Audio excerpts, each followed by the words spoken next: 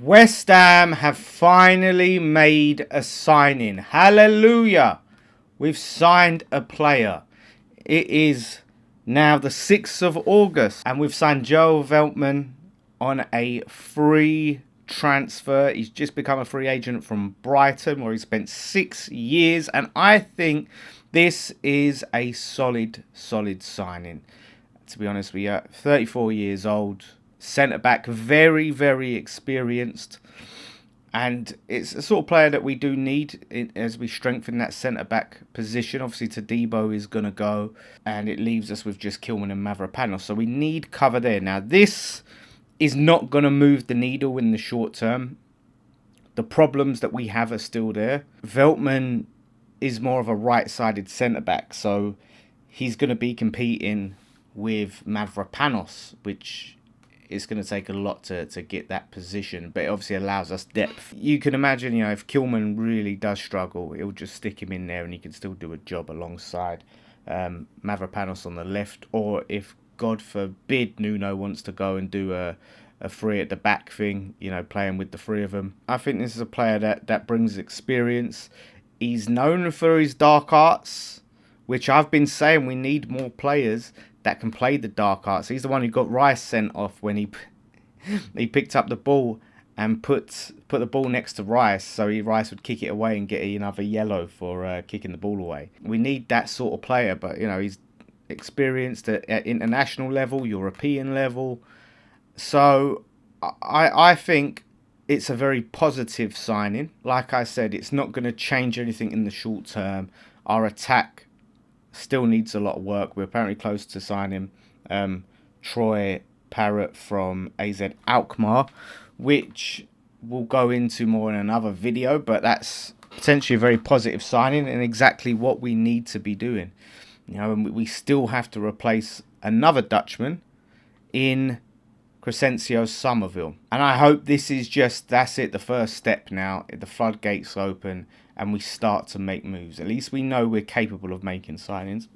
Although it is, like I said, a free transfer. Are we going to actually start to spend money with all the stuff going on? Obviously, me and Scott and Nicky did a video that we put out yesterday. Go check that out about how that's all affecting us. He wasn't first choice at Brighton. He's moved down the pecking order since he came into Brighton. At Championship level, I think he still has a lot to go. My mate Maz, who's a Brighton fan, said he'll give you a 7 out of 10 every week.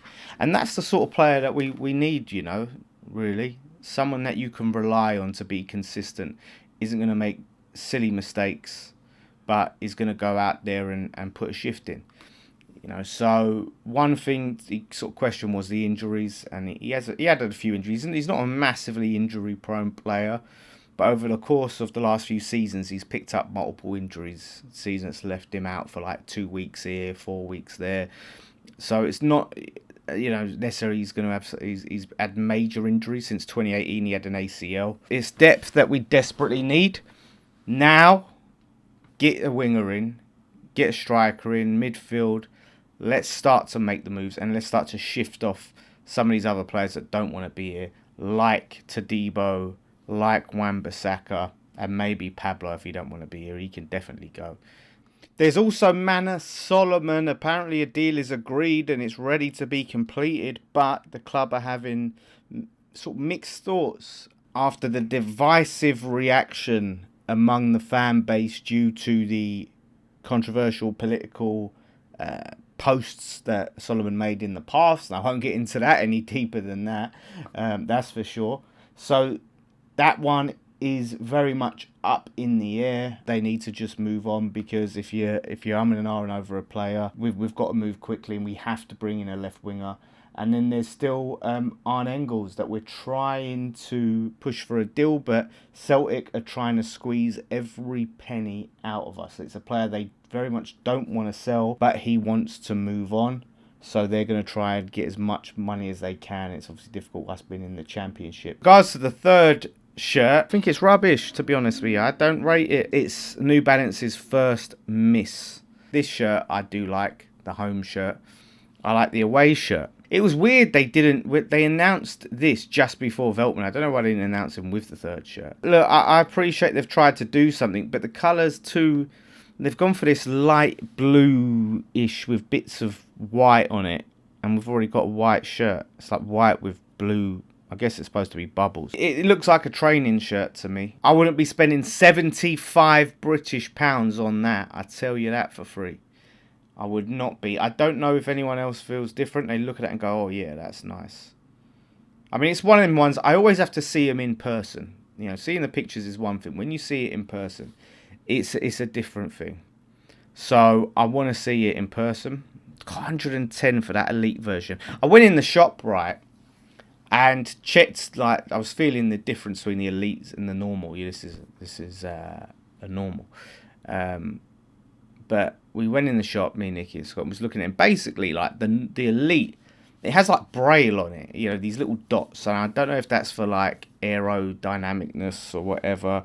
It's got a little bit more holes in it. You can see it's probably a little more breathable. One positive that has come out of the kit launch is the sight of Mavropanos in the images. Now, it doesn't necessarily mean he's staying, but I feel at this stage of the season, the fact that he's being shown off, it's a very big indication that he'll be in next season and could potentially be signing a new deal that's been rumoured. He is someone that if we can keep him in the Championship, he will just smash it.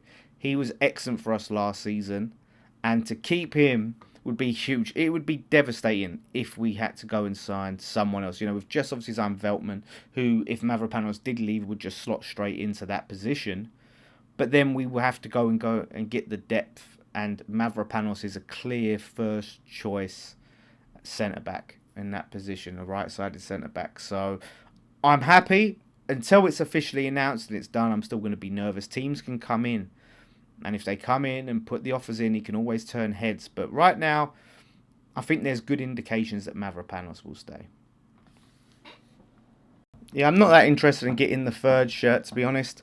But, you know, like I said, there'll be people out there to buy it. It's New Balance's first season, so I'll be interested to see what they do next season when we're back in the Premier League. When we're back in the Premier League. Not if, when. And then we'll see what they can do with a Premier League shirt at West Ham. But ultimately, hopefully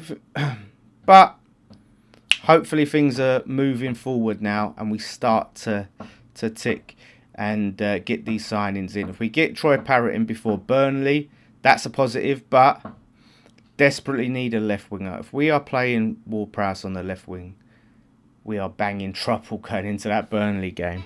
If we can at least get the striker in and a left winger before Burnley, right, or at least before the game after that, which might be Watford, then I'll start to feel a lot better. It doesn't mean that's the business done, but I just want to get a couple of these signings in before we start to play these key games. Massively crucial. But here you go, there's my thoughts.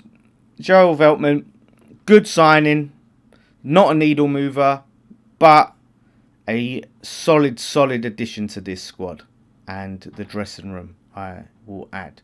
So let me know what you guys think on the signing of Veltman and the third shirt. One thing left to say. Come on, you Irons.